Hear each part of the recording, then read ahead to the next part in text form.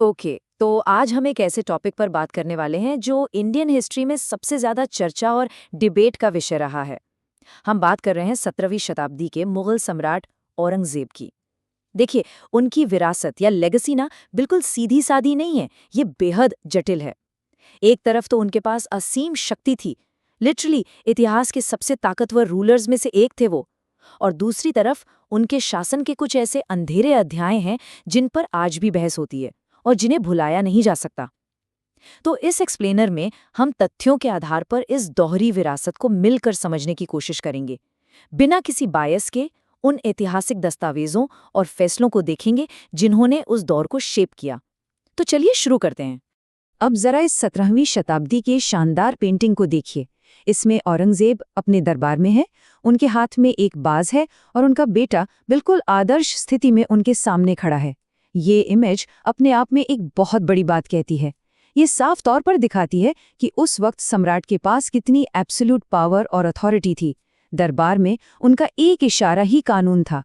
किसी भी विवादित मुद्दे या उनके कठोर फैसलों पर बात करने से पहले उस समय के शासक के इस रुतबे और भयभीत करने वाले कंट्रोल को समझना एब्सोल्युटली क्रूशियल है, क्योंकि दोस्तों यही वो बेस है जिस पर आगे की पूरी कहानी टिकी हुई है। तो इस असीम पावर का इस्तेमाल आखिर होता कैसे था? इसे समझने के लिए हमें फरमान्स के बारे में जानना होगा। फरमान्स बेसिकली शाही आदेश या इंपीरियल एडिक्ट्स होते थे जो सीधे रूलर जारी करते थे। औरंगजेब के इम्पैक्ट को समझने के लिए इन फरमान्स को देखना बहुत जरूरी है। ये कोई आम ऑर्डर्स नहीं थे, ये उस दौर का सुप्रीम कानून थे। इनका पालन ना करना मतलब सीधे राज्यद्रोह माना जाता था। इन्हीं शाही आदेशों ने उस दौर में अनगिनत लोगों की जिंदगियों को, उनके धर्म को और उनके रोजमर्रा के कामों को डायरेक्टली कंट्रोल किया। अब यहाँ आती है वो सबसे दिलचस्प और कॉम्प्लेक्स डिबेट। इतिहासकारों में इस बात पर हमेशा बहस चलती आई है कि औरंगजेब के फैसलों के पीछे आखिर मोटिव क्या था। एक आर्ग्यूमेंट ये है कि उनके कदम मेनली पॉलिटिकल थे, अपने विशाल साम्राज्य को मजबूत करने और डोमिनेंस बनाए रखने के लिए। इसके सपोर्ट में रिकॉर्ड्स हैं कि उन्होंने कुछ मंदिरों को अनुदान और सुरक्षा भी दी थी। लेकिन ठीक इसके विपरीत एक दूसरी कठोर हकीकत भी है। खुद औरंगजेब के जारी किए गए फरमान्स, स्पेसिफिकली 1669 यानी 1669 के वो आदेश जिनमें साफ तौर पर काफिरों की पाठशालाओं और मंदिरों को तोड़ने की बात की गई थी, वो उनके पर्सनल रिलीजियस मोटिव्स को पूरी तरह स्पष्ट करते हैं। तो ये सिर्फ राजनीति नहीं थी, बल्कि इन फैसलों के पीछे एक कठोर धार्मिक सोच भी शामिल थी। और अगर हम उन 1669 के एडिक्ट्स की बात करें, तो उनका रिजल्ट सच में बेहद दर्दनाक और व्यापक था। सभी प्रांतों के गवर्नरों को स्ट्रिक्ट ऑर्डर्स थे कि गैर मुसलमानों की पाठशालाएं और मंदिर नष्ट कर दिए जाएं। इसके चलते बनारस, मथुरा और सोमनाथ जैसे प्रमुख धार्मिक स्थानों पर मंदिर तोड़े गए। और आपको पता है, ये टारगेट सिर्फ हिंदू मंदिरों तक ही लिमिटेड नहीं था। इस उत्पीड़न के दायरे में जैन मंदिर और सिख गुरुद्वारे भी आए।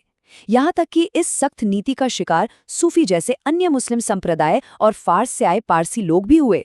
ये सब क्लियरली दिखाता है कि उस वक्त असहिष्णुता या इनटॉलरेंस किस लेवल पर पहुंच चुकी थी।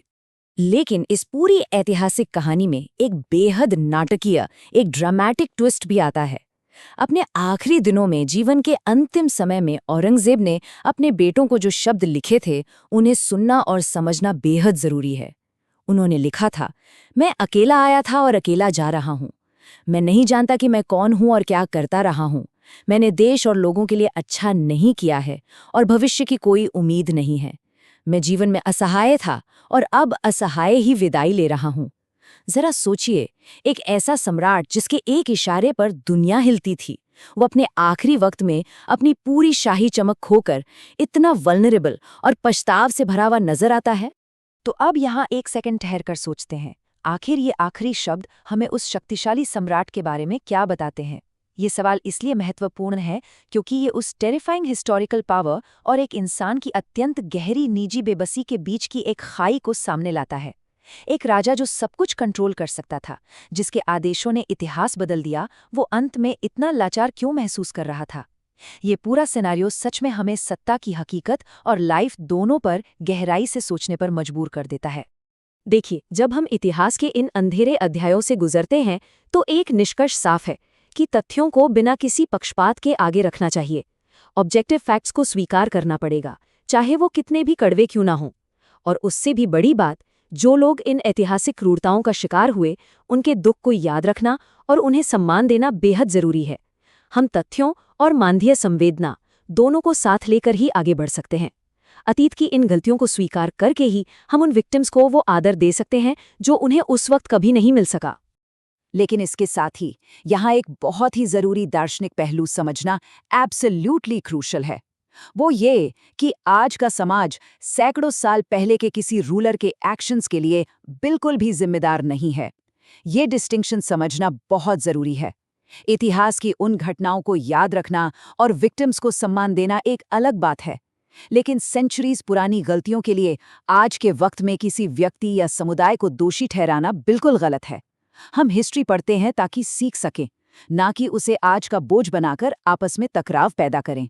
तो इस एक्सप्लेनर को खत्म करने से पहले मैं आपके लिए एक आखिरी सवाल छोड़ रहा हूं।